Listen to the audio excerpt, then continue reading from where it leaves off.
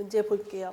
자, 이번 문제는 2018년 4월 7일 경북의료기술직 기출문제예요.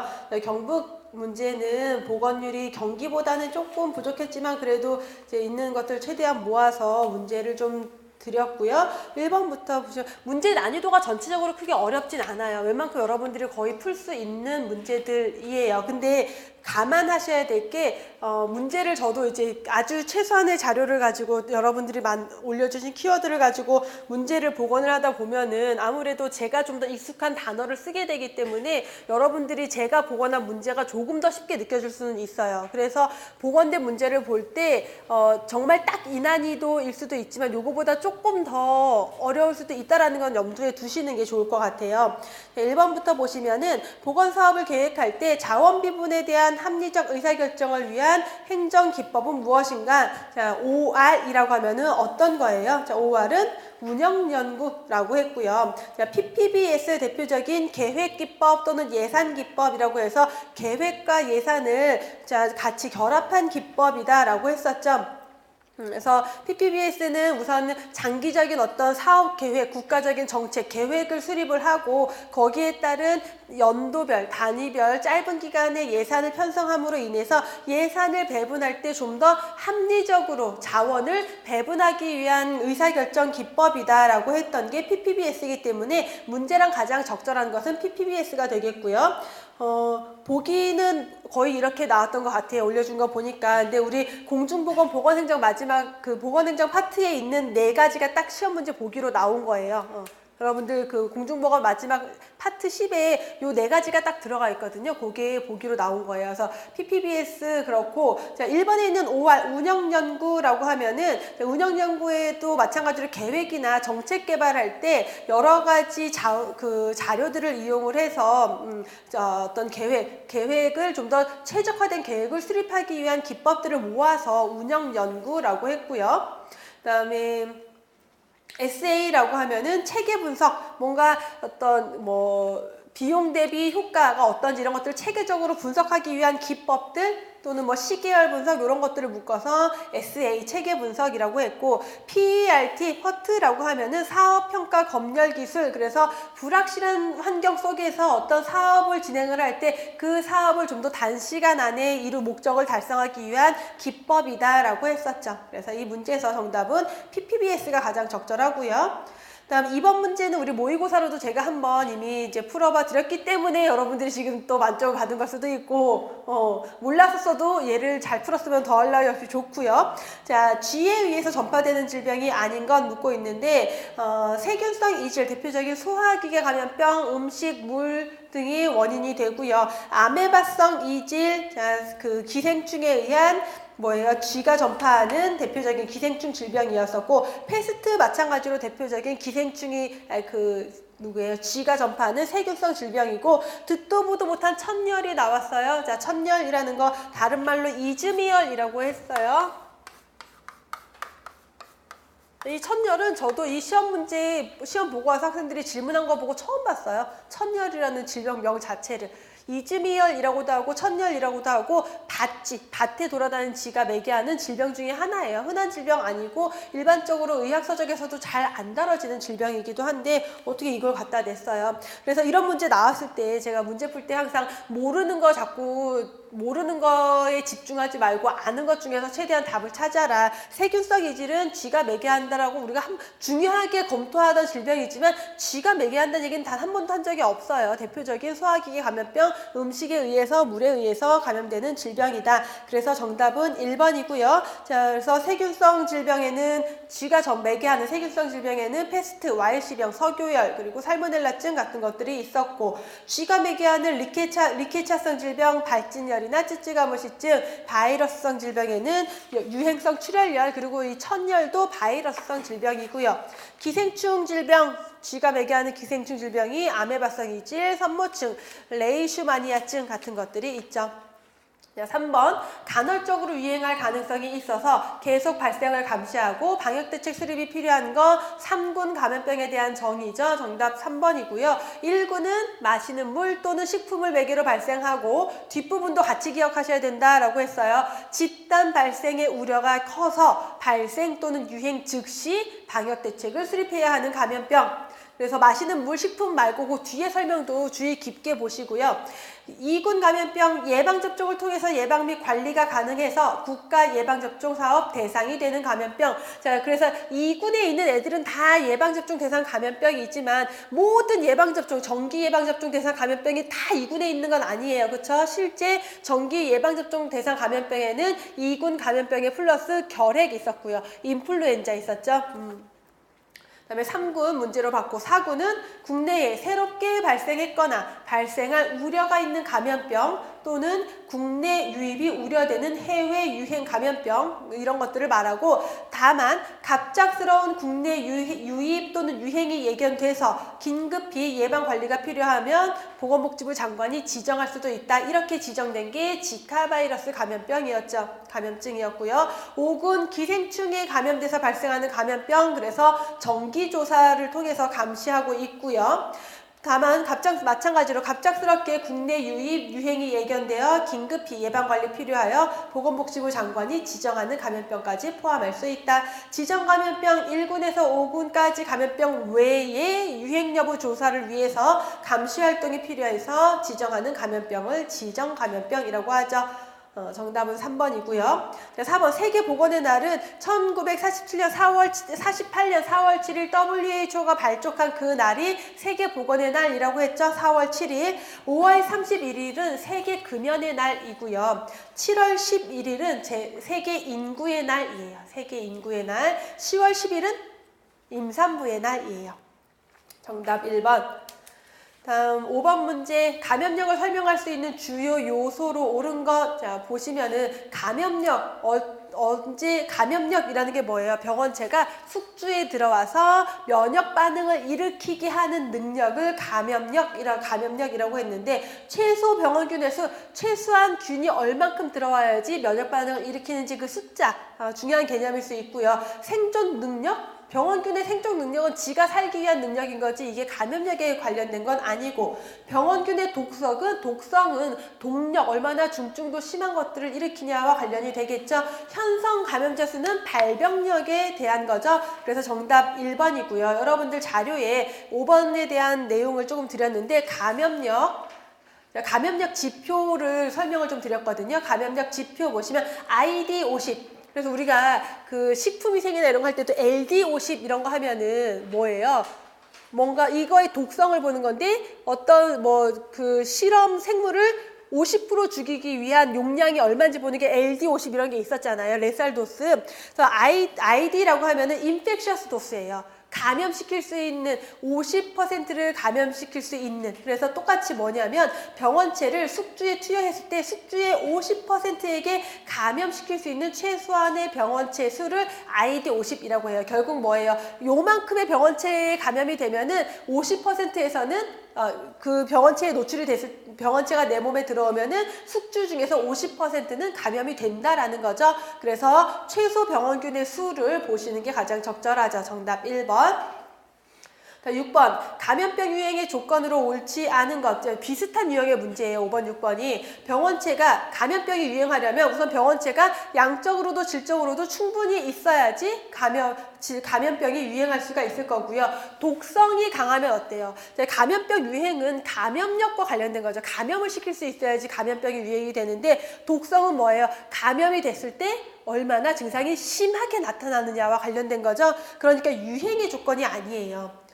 감수성이 높은 숙주가 많아야지 그 병원체에 노출이 됐을 때 감염이 되고 유행이 되겠죠. 반대로 면역력이 있는 사람들이 많다라면은 유행이 안 되겠죠. 병원 감염원과 접촉이 충분할 것. 그래서 그 병원균에 노출된 병원소의 사람이 지역 인구에 들어왔는데 이 사람들이랑 만난 사람이 있어야지 유행이 되겠죠. 이 사람 와서 방에 콕 들이박혀서 나오지도 않아요. 질병 유행 안 해요. 그러면 그렇죠? 그래서 정답은 2번이죠.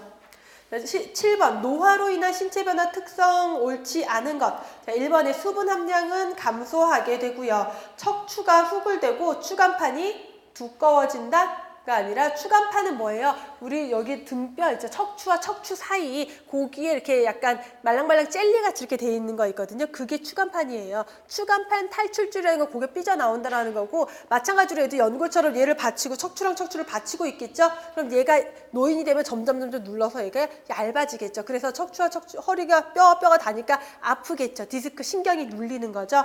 그래서 추간판은 얇아지게 되고요. 자, 1번 보기가 사실 요 보기가 아니고 제가 정확한 복원이 안 돼서 좀 그런데 1번 보기에 지방에 대한 내용이 있었던 것 같아요. 지방량이 뭔가 지방이 증가한다와 관련된 표현이 있었던 것 같은데, 어떤 학생은 증가한다라고 되어 있다 그러고 어떤 학생은 감소한다라고 되어 있다 그러고 조금 애매해요. 그래서 그 보기를 사실은 넣지 않고 지방에 대해서 제가 좀 더 데이터를 찾아보고 넣어야 되는데, 지방에 대해서 이렇게 제가 좀 조사를 했었는데 지방의 절대량은 변함이 없다라고 해요. 근데 전체에서 근육이 빠지거나 다른 게 빠지기 때문에 전체에서 지방이 차지하는 비율은 커져요. 아마 지방의 뭐 비율이 증가한다거나 그런 보기가 있었을 것 같아요. 1번 보기는.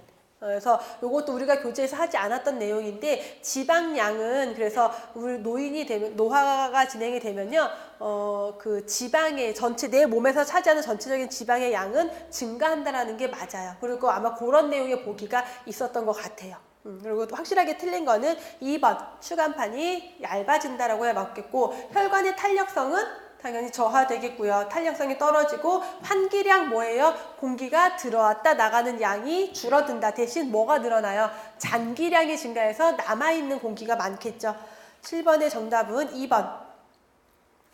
다음 8번, 영양소의 3대 작용에 해당하지 않는 것. 영양소의 3대 작용하면은 열량소, 구성소, 조절소가 가장 대표적인 3대 작용이죠. 그래서 열량소로서 열량을 공급하고, 구성소로서 신체의 조직을 구성하고, 조절소로서 신체의 기능을 조절한다. 자, 면역력, 무슨 영양소들이 가지고 있는, 예를 들어 단백질이나 이런 데에서 가지고 있는 기능이긴 하지만 영양소의 3대 그 기능으로 넣진 않죠. 정답은 영양소, 정답 2번, 면역력, 정답 2번이 되겠고, 다음 9번 문제, 염소 소독의 특성으로 옳지 않은 것. 자, 염소 소독의 특성, 잔류 효과가 있다. 염소 소독하면은 잔류 효과가 있는 게 바로 장점이었죠. 저렴하다도 장점이고요. 바이러스를 죽이는 건 아니에요. 그래서 세균을, 거기는 세균이나 여러 가지 오염 물질들을 없애는 거고, 냄새가 나는 게 단점이다. 그리고 또 하나의 단점, 독성, 우리 발암 물질인 트리알로메탄 생성하는 게 단점이기도 했고요. 정답은 3번이죠.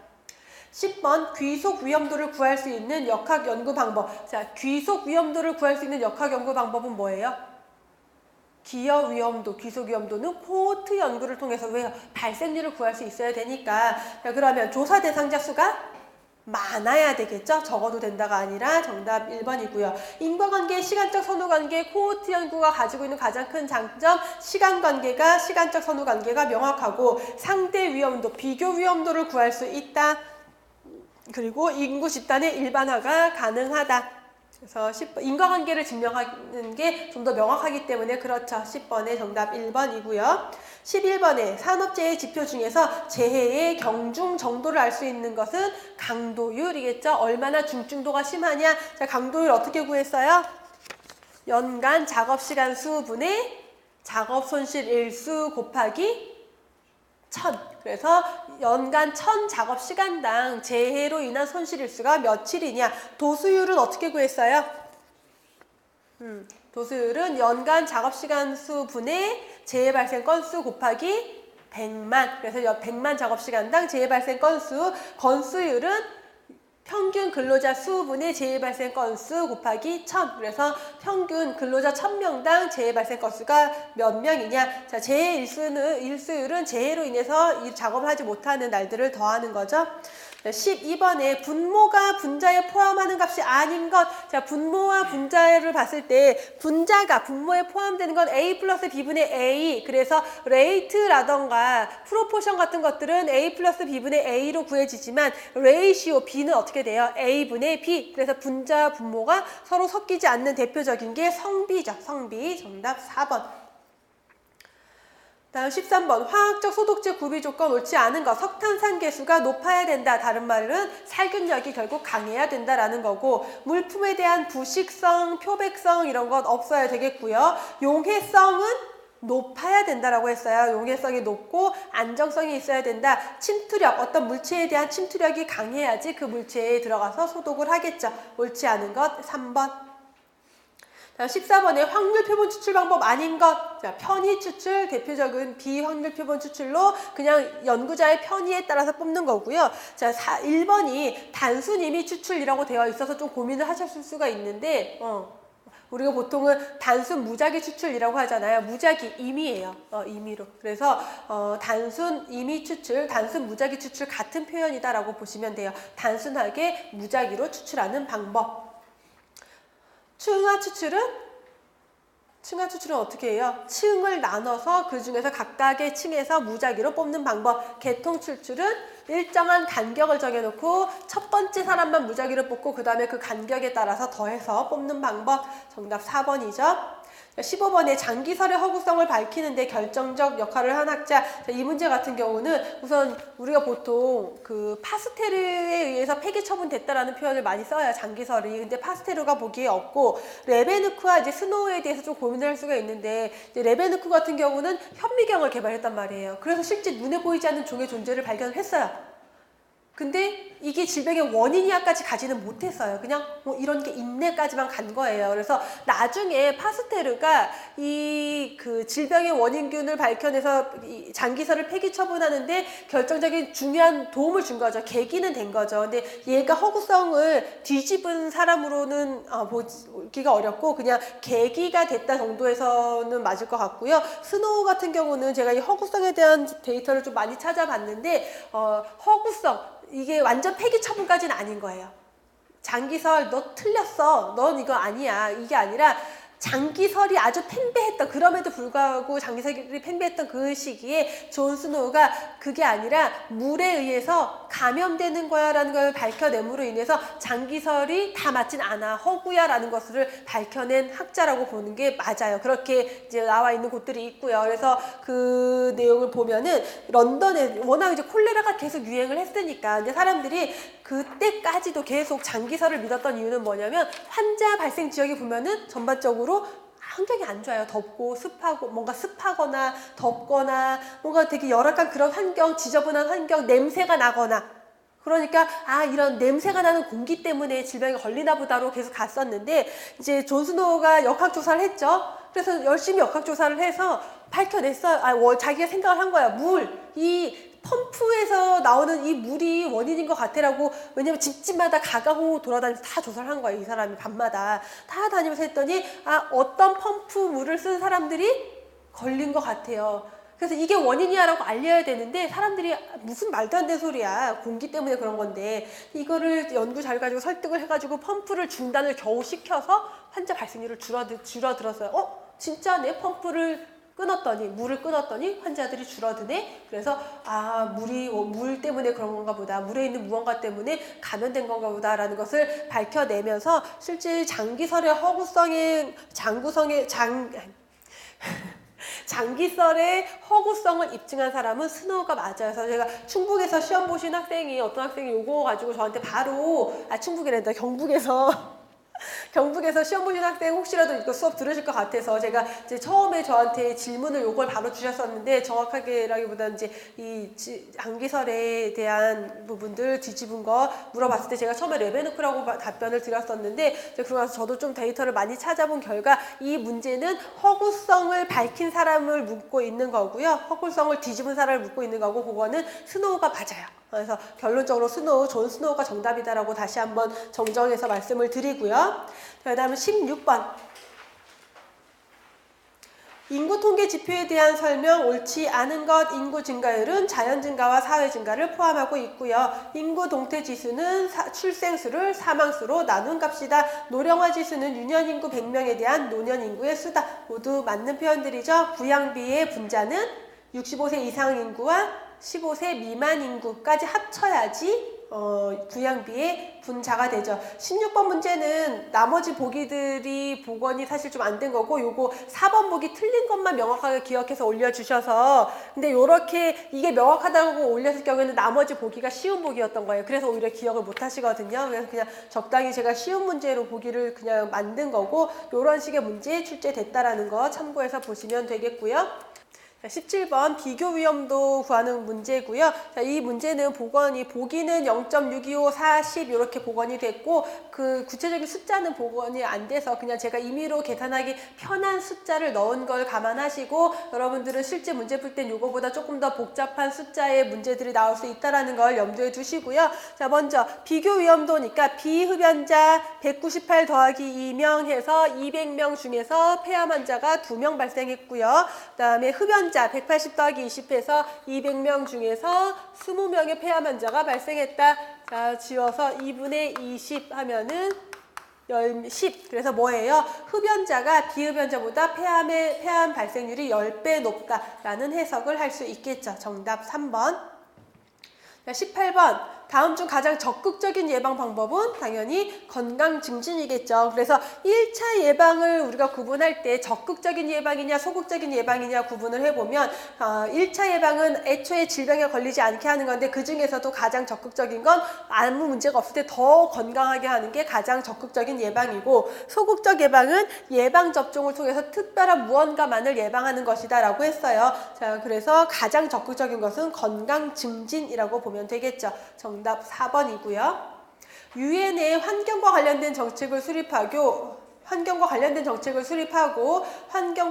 국제협력 및 조정을 담당하는 기구라고 하면은 UNEP이겠죠? 정답 1번. 국제연합환경계획이라는 UNEP에서 이러한 환경과 관련된 문제들을 담당하고 있고, 자, 이번에 있는 유니세프 하면은 UN 아동기금이고요.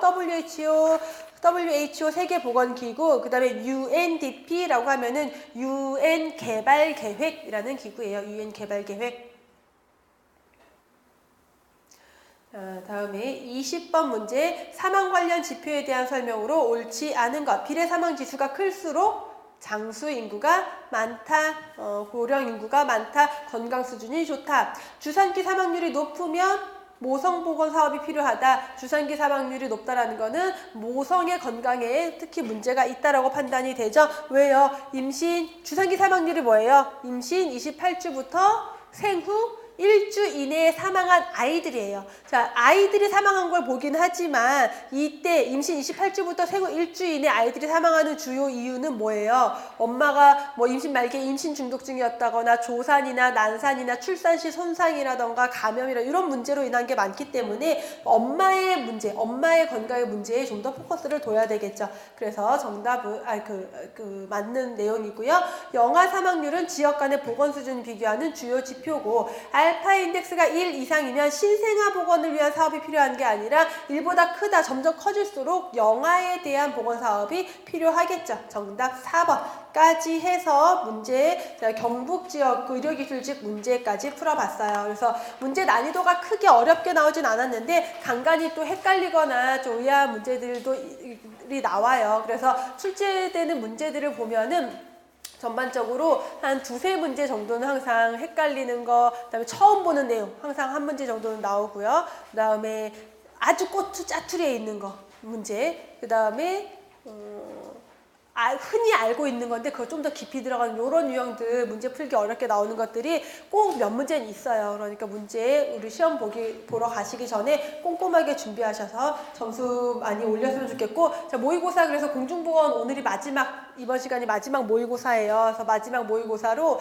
기출문제들을 좀 풀어드린 거고, 자, 그 시험 보기 전이라도 혹시라도 제가 만약에 기출문제나 모의고사 풀어드린 거에 혹시라도 뭐가 잘못된 게 있거나 만약에 변경된 또 자료 조사했는데 그런 게 있다라면은 학습 게시판 그다음에 강의 뒤에 보충 강의로 계속 올리고 있거든요. 각 강좌마다. 그래서 여러분들이 나중에 시험 보러 들어가기 전에는 한 번쯤은 여기 홈페이지 그 학원 홈페이지에서 그런 것들을 확인해 봐주시는 게 좋을 것 같아요. 혹시라도 뭐 갑자기 제가 공지해 드릴 게 있거나 그러면 그렇게 공지를 해 드릴 거고요. 아마 다음 주쯤에 이제 마무리 특강하고 이번 2018년 시험 대비 강의를 마무리를 하게 될 것 같아요. 그래서 여러분들 그동안 수고하셨고 이제 남은 기간 동안은 여러분들이 꼼꼼한 내용 정리를 통해서 꼭 만점 받아오시기를 간절히 제가 부탁드리고 바라고 기다리고 있을게요. 수고하셨습니다.